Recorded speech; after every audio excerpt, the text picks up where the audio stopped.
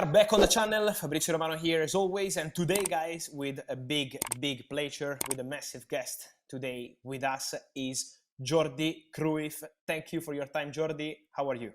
Hi Fabrizio, it's a pleasure to be here with you, and very happy to be here.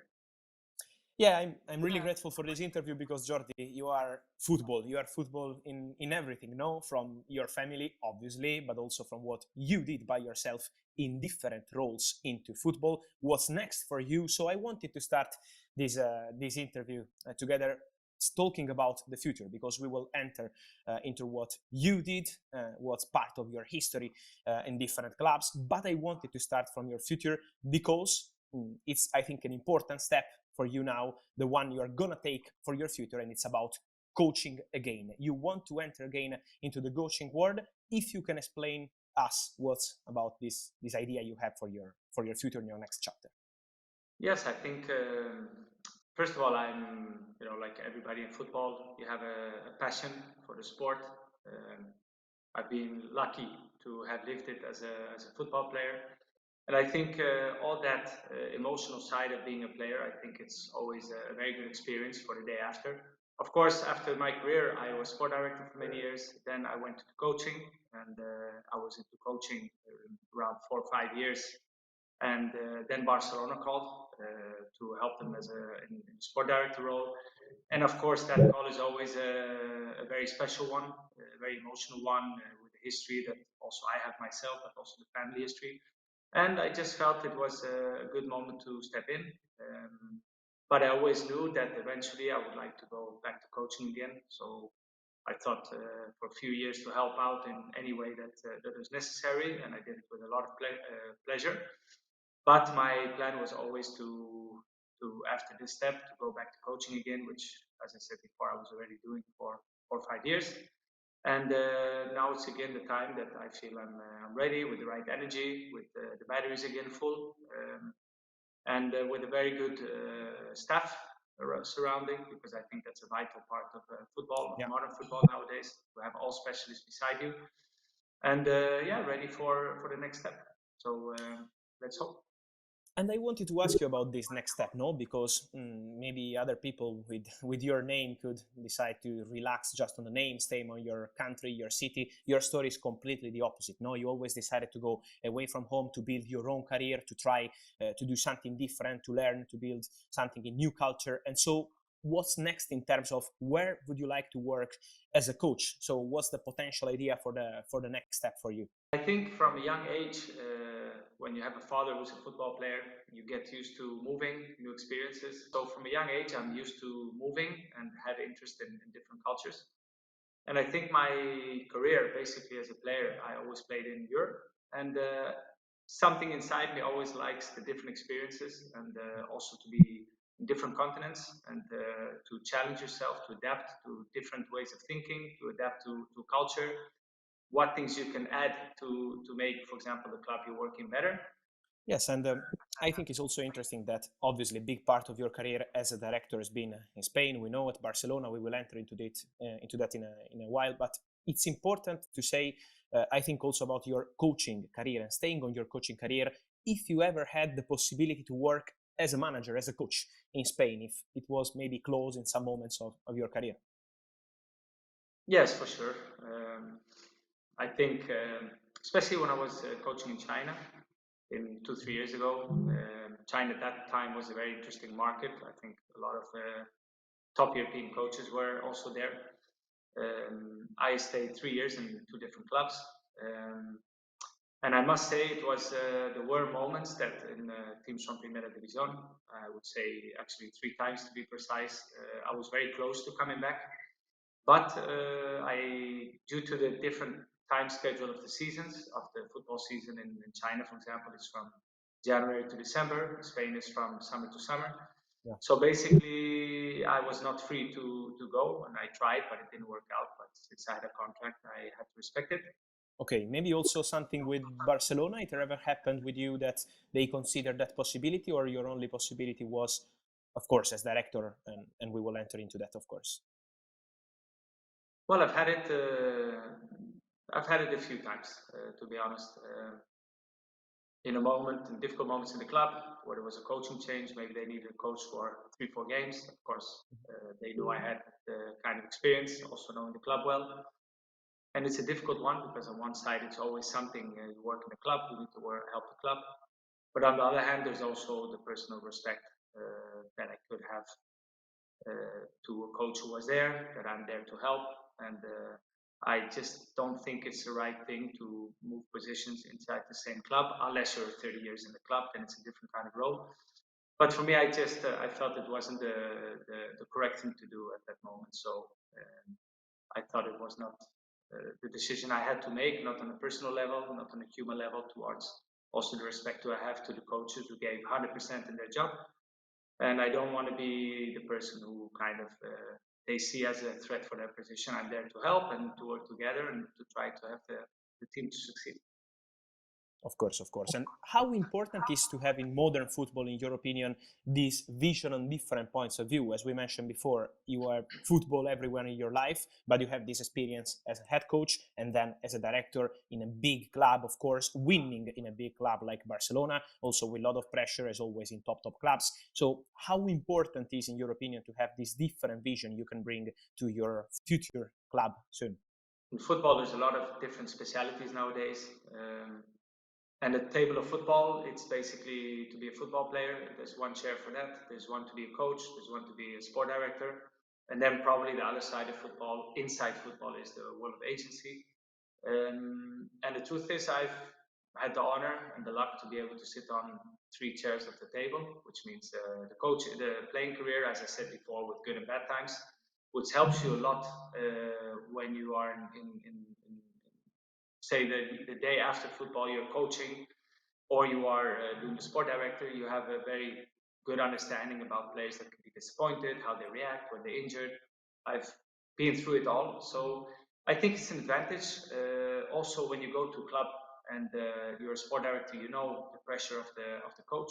Nowadays, unfortunately, in football, there's no long term anymore. Everything is immediate results. There are very few clubs with medium and long term stability. Yeah. So I think as a sport director, you need to understand what the club are looking for, but you also need to respect what a coach is looking for, who's looking basically to win the next games. So I think it's an advantage, and also I think with coaches, I've always been, and sport directors, though, I've always been very comfortable in talking openly about football, because I know how the other side can think, and I know what their pressures and their priorities are. So I think it's, in my case, I've always seen it as a big plus, as a big benefit to be able to understand all sides on the table. Of course, of course. And I wanted to touch on that, on the experience you had at Barcelona, entering into that, because obviously you won La Liga as a director in complicated years for the club. It's always difficult to win in top clubs with all the pressure you have. We know also at Barcelona. So how was that experience for you in general, before entering into details? How was working for Barça? How was winning at Barça as a director? When you come to the club in a very difficult moment. I think Messi left or didn't continue the club like 2-3 weeks before. Transfer period was finished. There was a lot of pressure. Of course, after so many years building your team with a winner like Messi, suddenly he's gone, and and this happens in middle August, which doesn't give you a lot of time to react. Yeah. Then, of course, you have the very famous Spanish fair play that I think it's already starting to be very famous. It's tough.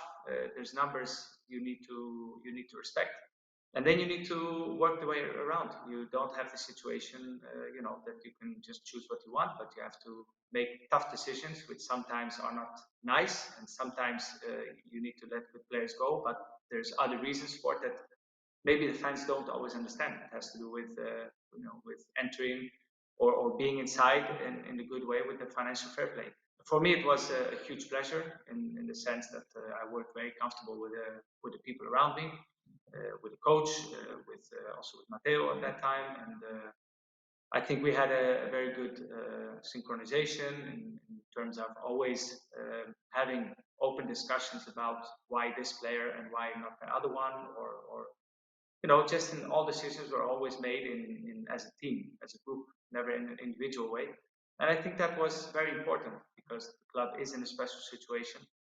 And it is it's one of those clubs that are one of the ones that no matter what situation it is, players always love to come to the club.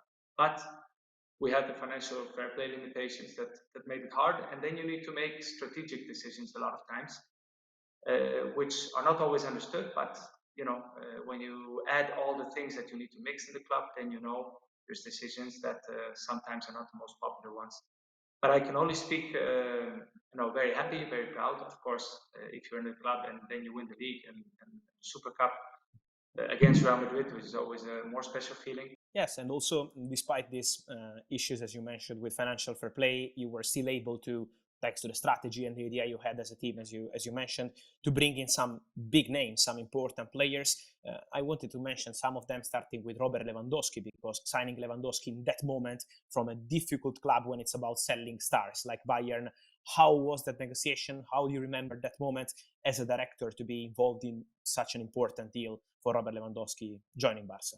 Barcelona is a special club and it has an incredible attraction. It's a huge magnet for a lot of big players. And I think the main reason and the most important reason why Lewandowski joined Barcelona is because he had that dream, he had that motivation to come to this club and to live this with all the difficult moments, but all the amazing moments.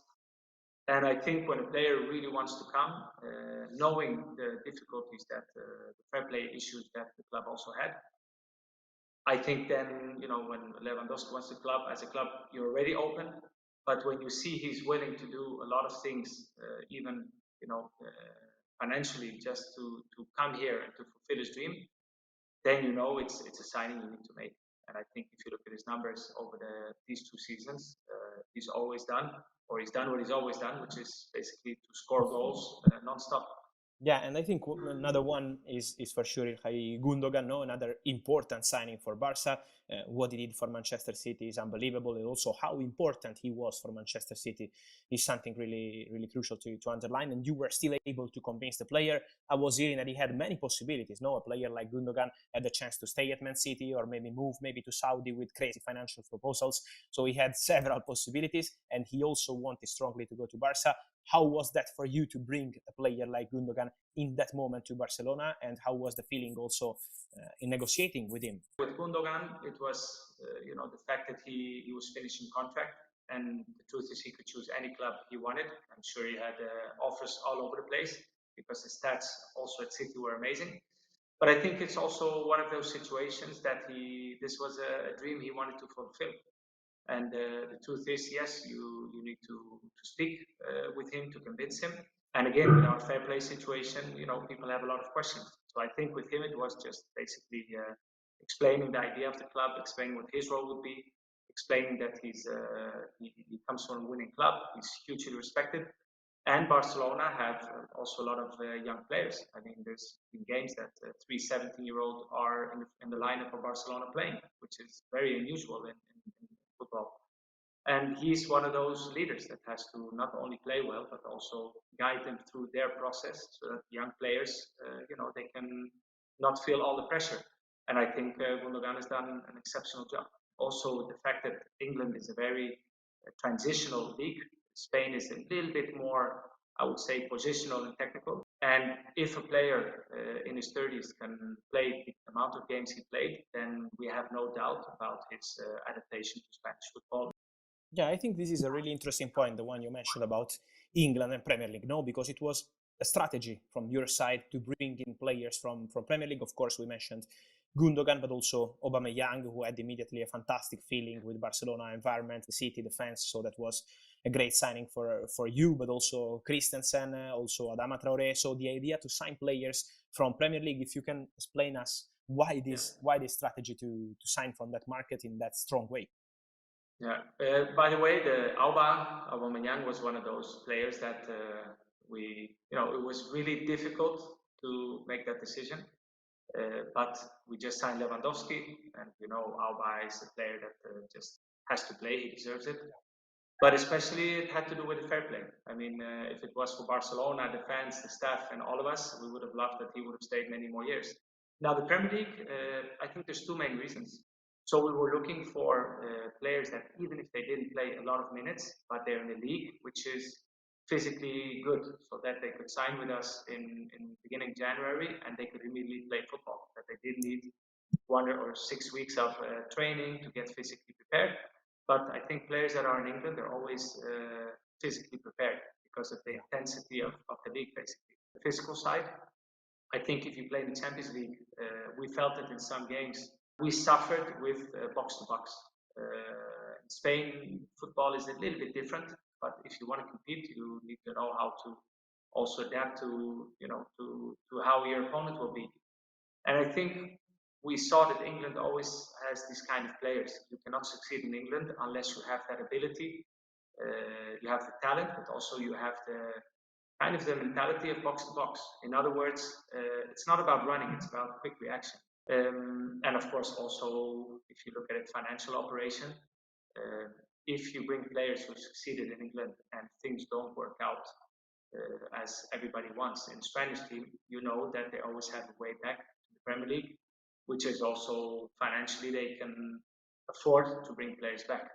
No, it's a very interesting strategy, and then at the end it worked also in terms of titles, winning at Barcelona. And to close about Barcelona, I just wanted to ask your opinion, not just as a former Barça director, but just as a football expert on everything, on every different way of football. About Barcelona season was not an easy season for Barça, but just in general, the feeling you have on what you saw, obviously following Barcelona as a football fan and former director. Well, I think it's always.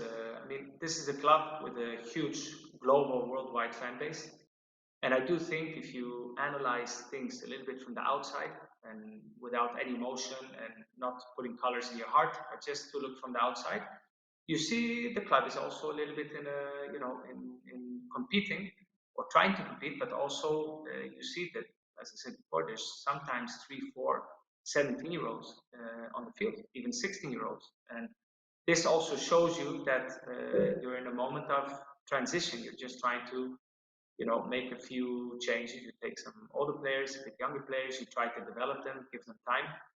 And just by thinking, not short term, you think mid-term, long term, just knowing that you have players like, like Cubarsí or Lamine or Ford or all these young players who made their debut, and they're playing already maybe 40, 50 games at the age of 17. Imagine when they're going to be 20 with 200 games on their shoulders. Imagine how good they're going to be. The thing is, it's difficult to have patience in football, especially when you're also obliged to bring immediate results.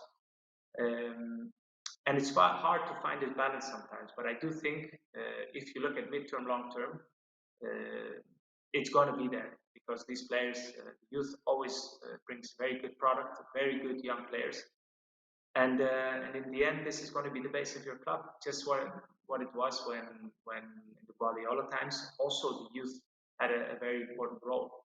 I wanted to ask you for your feeling on two things. The first one is on the pitch, and it's about the Champions League final. If you expected that kind of final with Borussia Dortmund doing a miracle this season, going to Wembley, and of course Real Madrid being there, and also on the summer transfer window. So how do you expect the market to be? What's your feeling on the summer transfer market? So your opinion on these two things on and off the pitch. The Champions League, I must admit, Borussia has been, like Dortmund, has been an amazing surprise, a very positive surprise. What they've done to qualify, it's amazing.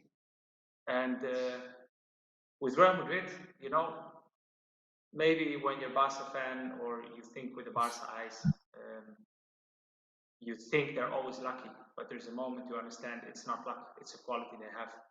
How many times in the last years have you seen the team almost out of the Champions League and still qualifying and getting through?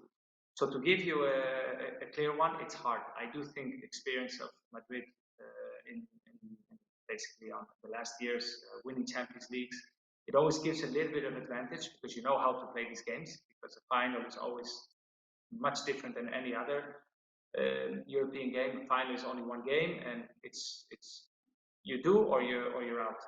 And I think in that aspect they have the advantage of the experience, and I think on paper I would say that most people will think they're clear favorites. But Dortmund has surprised me. in an amazing way. I just didn't expect it. So you never know. That's the beauty of football. I just think Madrid will have a small percentage in favor because they've already proved many times that they have this winning gene inside them, and they know how to win games that look really difficult, and they have the experience factor in favor, I would say. And for the summer transfer window, your feeling is also with financial fair play. No, you know that, as you mentioned, very well. So how do you see in general around Europe the next transfer window? I think due to England, well, at least the rumors say that there's also a little bit more of financial control. I suppose things will not be like a few years ago. Of course, you also have the Saudi market, which 1 year ago was very alive. Maybe in January a bit less, but it seems that they will come strong again. So it's hard to understand exactly what's going to happen. It's difficult. It depends on the fair play situations. Like I'm sure Barcelona will try to basically fill some positions in a better way, but maybe they have to sell before, then it's hard. Real Madrid, of course, don't have the financial fair play situation, and I think if they will sign, it will also be kind of a domino effect on the market. Like what they sign will obviously will make kind of a move in the market. That's what always happens. I think also the fact that you have the European Championship might just make different timings than what we're used to. So I think it's going to be maybe a little bit slower than normal, and maybe it's going to take a bit longer, but in the end, football always has movement. At the end of the market, there's always a lot of things, and you will have the opportunity to give the "here we go" comment many times.